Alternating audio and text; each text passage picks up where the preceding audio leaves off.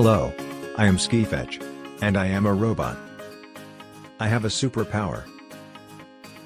I can make book summaries to get you from a lazy and disorganized reader to a happy one. And all that for free.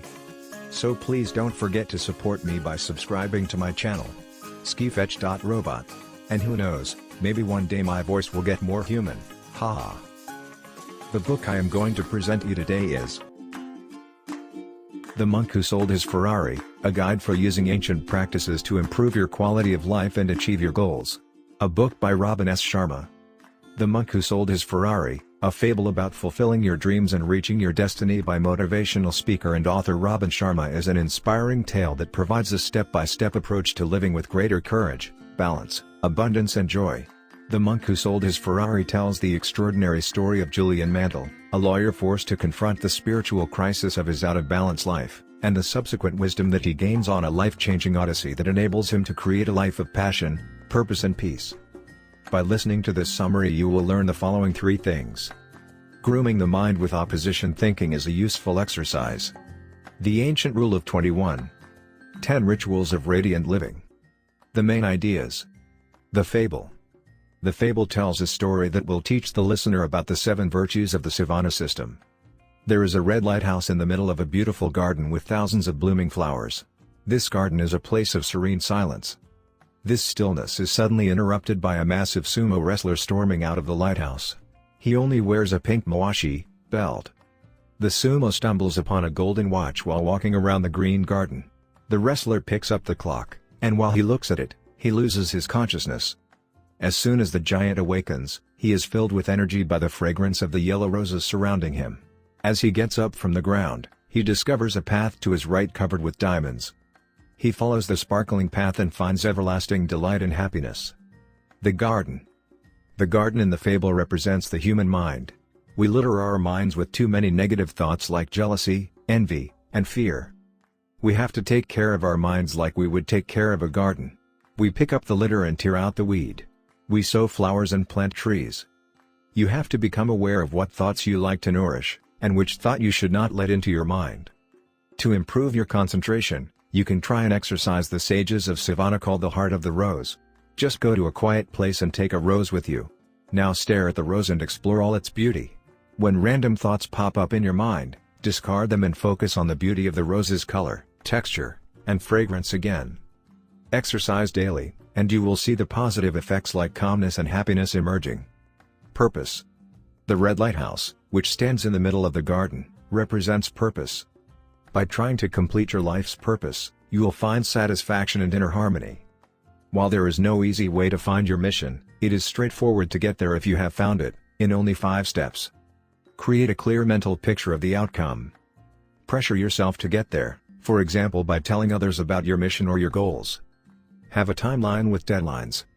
Build habits that support the outcome. And lastly, enjoy the process. Kaizen. The sumo in the fable represents yet another virtue of the Savannah system. He stands for Kaizen, the Japanese word for never-ending improvement. To unlock your full potential, you can follow the 10 steps outlined in the 10 rituals of radiant living. Ritual of solitude. In your daily routine, make space for some time of solitude which will calm your mind and foster your creativity. Ritual of physicality. Take care of your body by exercising or walking.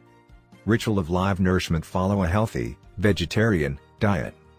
Ritual of abundant knowledge. Read and study every day to follow the ritual of abundant knowledge. Ritual of personal reflection. Ask yourself before going to bed, is there anything I could have done better today? Ritual of early awakening. Sleep for 6 hours and rise with the sun.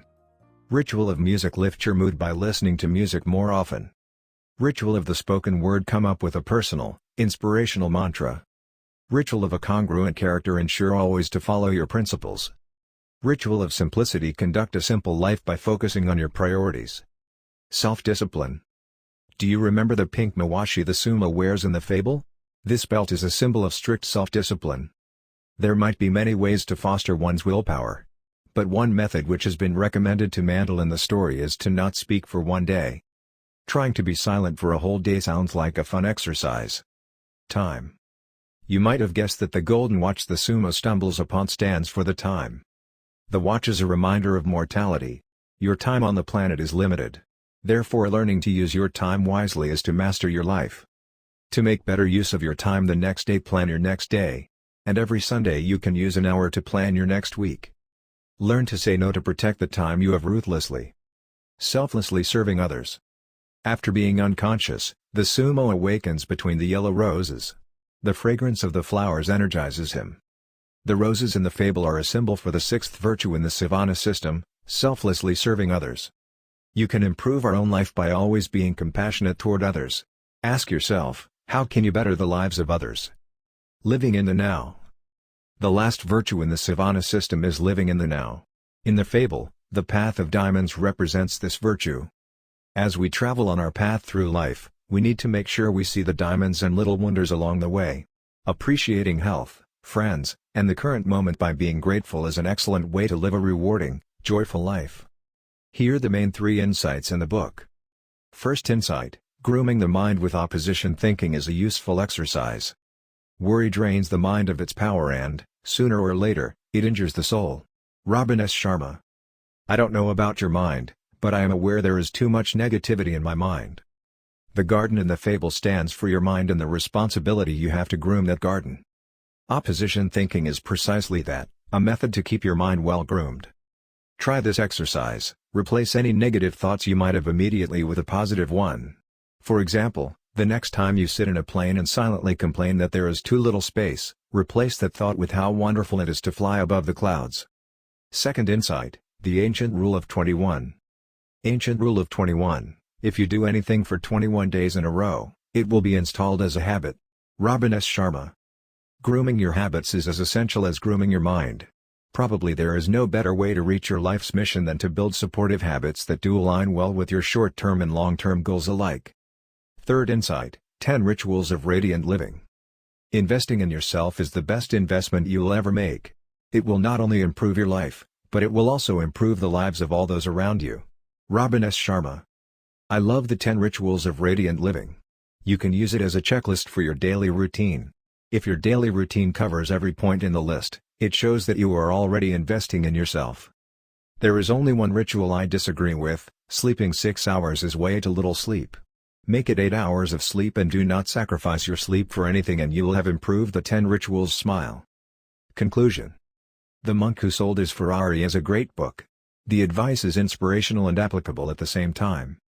If you follow the virtues outlined by Robin Sharma and add the 10 rituals to your daily routine, you should have an excellent chance to live a rewarding and happy life. Do this directives. Exercise your concentration and awareness. Protect the time you have. Learn to say no to protect your most precious resource, time.